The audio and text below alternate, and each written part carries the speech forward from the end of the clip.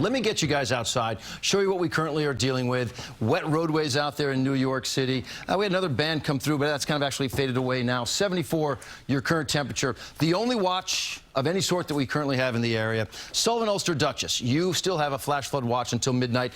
It will expire at midnight. I feel pretty certain about that because there's just not that much rain left in Fay.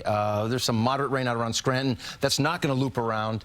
For the most part, Fay is drying out as Fay pushes further and further to the north. So Fay is still with us, 15 miles north of New York City, and it's still got a ways to go before it gets to, places like Kingston, right? So we're still going to deal with Fay. How do we deal with Fay? Well, we're windy because of Fay for about 4 to 5 more hours.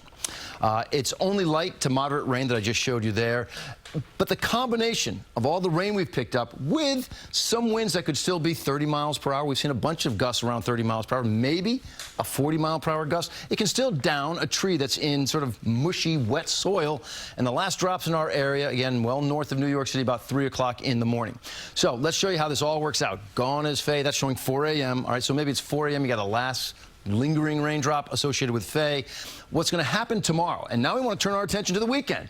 I mean, it's the weekend, gang, and if it wasn't for Fay, my whole day would have been spent talking about this for you. So now I'll get to it. For the weekend, we are looking at this front coming through the area, and if this front had been on its horse, moving a little quicker, Fay never would have gotten to us because this would have pushed it out into the ocean before it got here. Well, it is going to get here tomorrow. Ahead of this, you always get that hot, steamy air ahead of a front, so you're going to be hot and humid out there tomorrow. And then the front itself provides some instability, plus you get more sunshine tomorrow. The atmosphere is going to be percolating in the afternoon. I think you could trigger some showers and some storms. So that's all part of my forecast. You look at the futurecast here, this is 2 o'clock Saturday afternoon.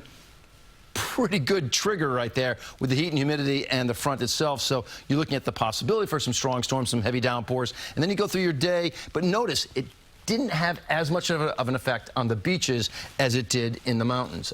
And still, it's overall a better day tomorrow than we had today, and then Sunday will be better than your Saturday. So here's how I see the weekend if I stack it all up for you.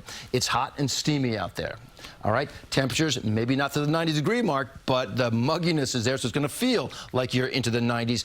Beach versus the mountain, I think the beach is a drier bet. Not perfectly dry. I still think you could trigger some afternoon storms, but of the two, I'm going to go with the beach for Saturday. Sunday, I got a question mark there. It's the better half of your weekend. I just think you're going to, still some clouds for Sunday, but if I got to choose between Saturday or Sunday, I'm going to pick Sunday. Across the board, here's what I have for you on your 7-day. 87 for your Saturday. Humid with those afternoon showers or a strong embedded storm is a possibility. Then you get to Sunday. 89 degrees. I still have to put a pop-up in because the humidity doesn't go away. It's with us for Sunday as well.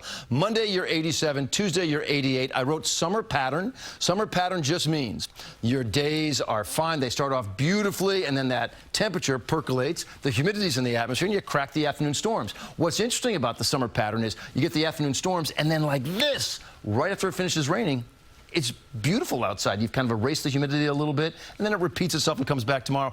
After that, Wednesday, Thursday, Friday, looks like we have a trifecta of 90-degree readings out there. Could maybe be New York City's first heat wave. All right, KJ, that's it for me. Let's go back to you. Okay, Lonnie, thank you.